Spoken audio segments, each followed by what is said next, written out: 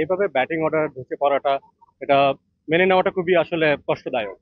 তো আমার যেটা কাছে যেটা অভাব মনে হয়েছে আমার কাছে বাংলাদেশের খেলোয়াড়দের ক্ষেত্রে একটা ভালো পার্টনারশিপ গড়ে তোলা।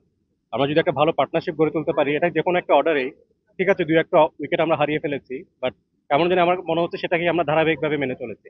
আমরা যদি একটা ভালো পার্টনারশিপ গড়ে তুলতে পারতাম, we could have one this match also.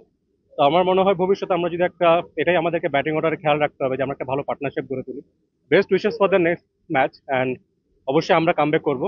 এটা হলো T20 রান, এটা হলো T20 রান। এইভাবে মনে করেন আমরা কাজ কইরা আমরা আসি খেলার জন্য, আমরা নিজের দেশের জন্য। হেরা তো দেশের জন্য খেলেন, হেরা টাকার জন্য খেলে না, এটা ঠিক না। হেরা যেভাবে খেলতেছে এইভাবে এইভাবে টিকিট বুক চলবো না। সিঙ্গেল সিঙ্গেল বাই করলেই ম্যাচটা চলতো, কিন্তু অনেকে দেখলাম বিগ হিট করতে, বিশেষ করে রোহিত দিদের আউটটা যেটা দেখলাম এবং নুরুল হাসান সোহানের যে আউটটা বিগ হিট করার জন্য, তাদের ওইটা দরকার ছিল না ওই মুহূর্তে।